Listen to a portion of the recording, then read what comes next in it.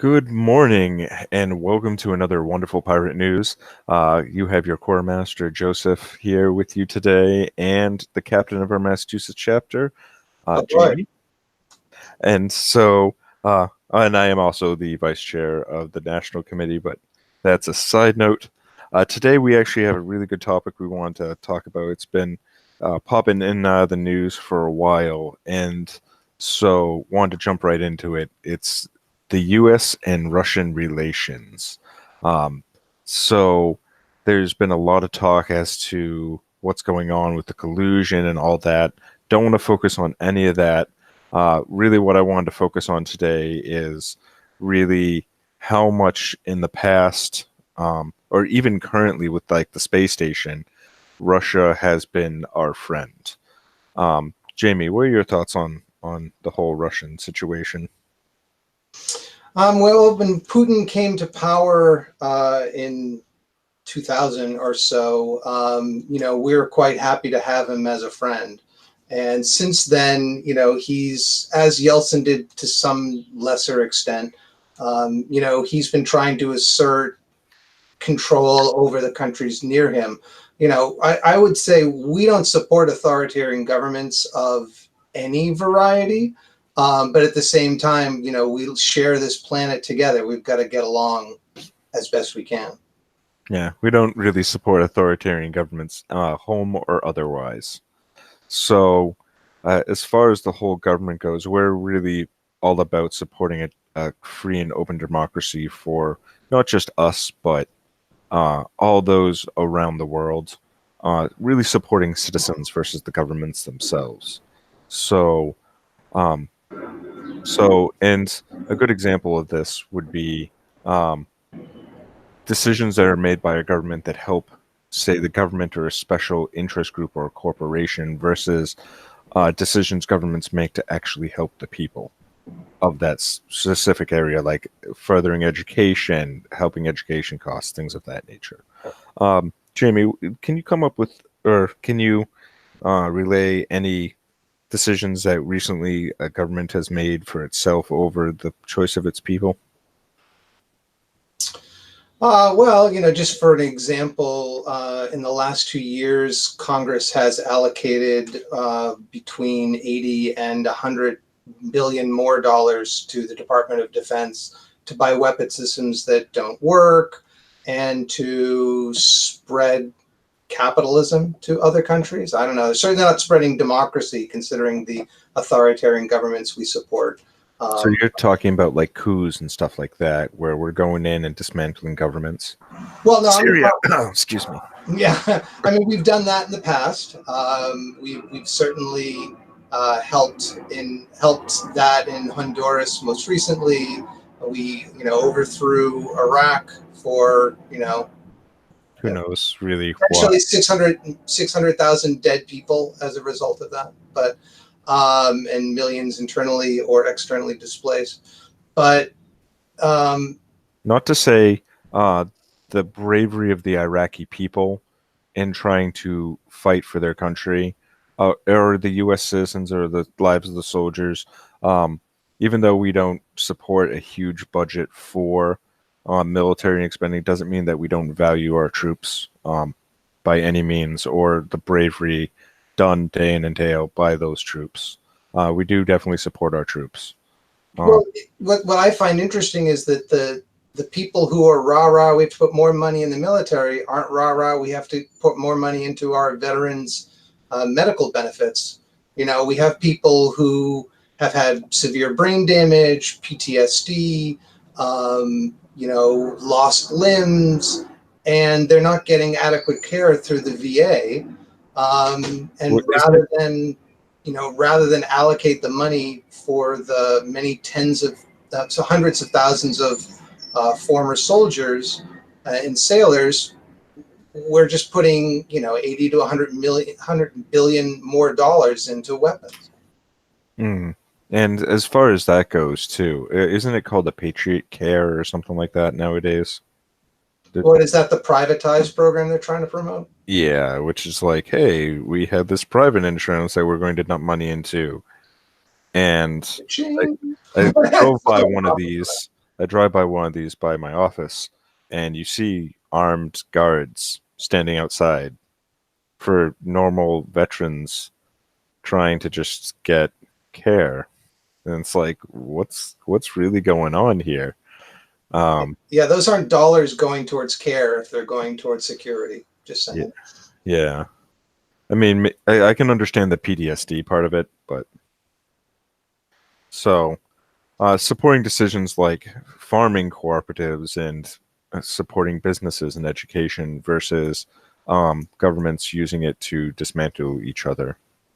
So, Right. I um, mean, we have allies in Europe and Asia and in Africa and the Americas and the Middle East that we have treaties with, and we need to support them just as they're going to support us. I mean, people forget when they think of NATO, the only time the Mutual Defense Pact uh, has been enabled was after 9/11 to aid the United States, and you know, we have agreements. We have to abide by those. We're better working together through the UN, through NATO, through other multilateral efforts than we are to just go cowboy it up in the Persian Gulf or something like that. so I mean, how are some non-intervention ways that we can go about as a government to go support these other countries? I mean, certainly there's humanitarian aid, and if you look at a country like Japan, they spend a much larger percentage of their gross domestic product on aid to other countries. The U.S. aid is often, paltry, and it's also, we give you this money so that you can go and buy American goods, which may not be the right thing for them. Pamphlet on how great we Americans are, you mean? Well, we Maybe. are a great country and we are a great people, but that doesn't mean our government always does great things. Hmm. Touche. So, but Touche. certainly, having fair trade agreements um, that are going to help ourselves and other countries. We have laws that encourage outsourcing of jobs.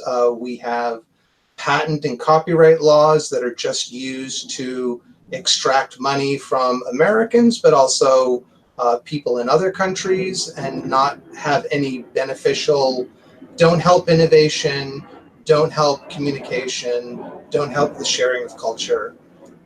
And another thing is we could be much more active in the UN and supporting the UN and making the UN more of a thing and taking a back seat instead of it being the US all the time policing the world.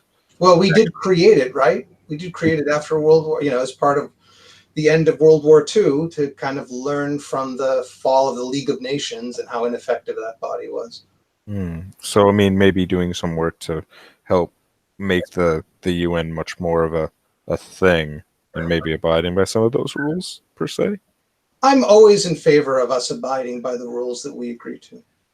Hmm. We've got treaties, we have treaties of asylum, and we're going against those by, locking people up or saying, oh, you can't apply for asylum unless you're in another country, and making the rules even harder. I mean, it's like we've forgotten what happened, during World War II. Yeah. That or there are the powers that be that are trying to oppose it are still there opposing it and because of their own interests and forgetting the overall scenario, which is why we put those rules there in the first place. So one of the things that we're looking to do in order to correct this is to really support voter choice. And there's an event coming up for voter choice very soon, isn't there? I believe in a day or two. There is, on the 16th, Tuesday, is RCV Lobby Day by Voter Choice Massachusetts.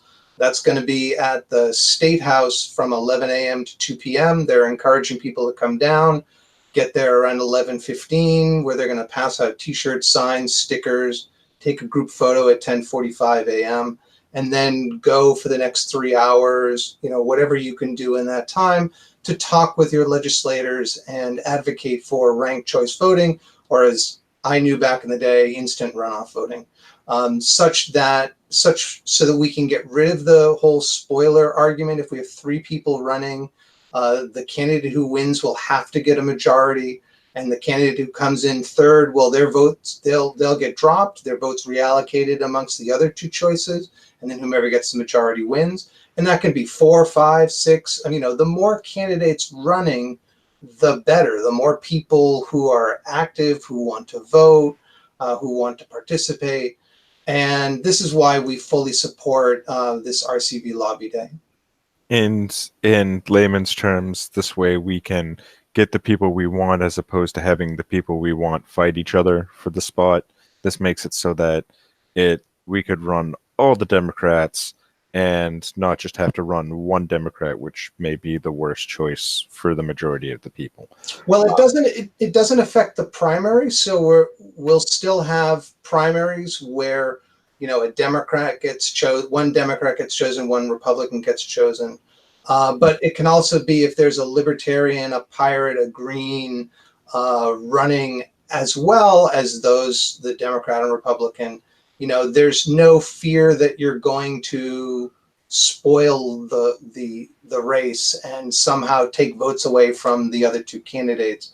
In this way, you can have it be that if if someone's first choice is say a Pirate and their second choice is a Green, well, then they can go through and get allocated to those particular candidates.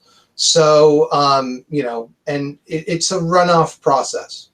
Perfect. As opposed to just winner take all.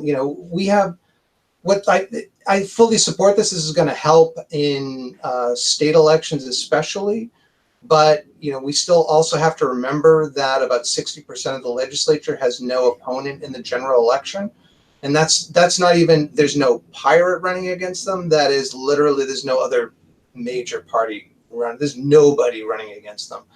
So we also have to solve that problem. And, we do that personally by encouraging people to run and helping to train people to run. All right. Well, Jamie, thank you for your time. And thank you all for listening in on this discussion today. Definitely give us a like and definitely subscribe, hit that little bell, and let people know about us because we're really looking to do some really big and good changes. Thank you so much. Thanks a lot, Joe. And thank you everyone for listening. Bye.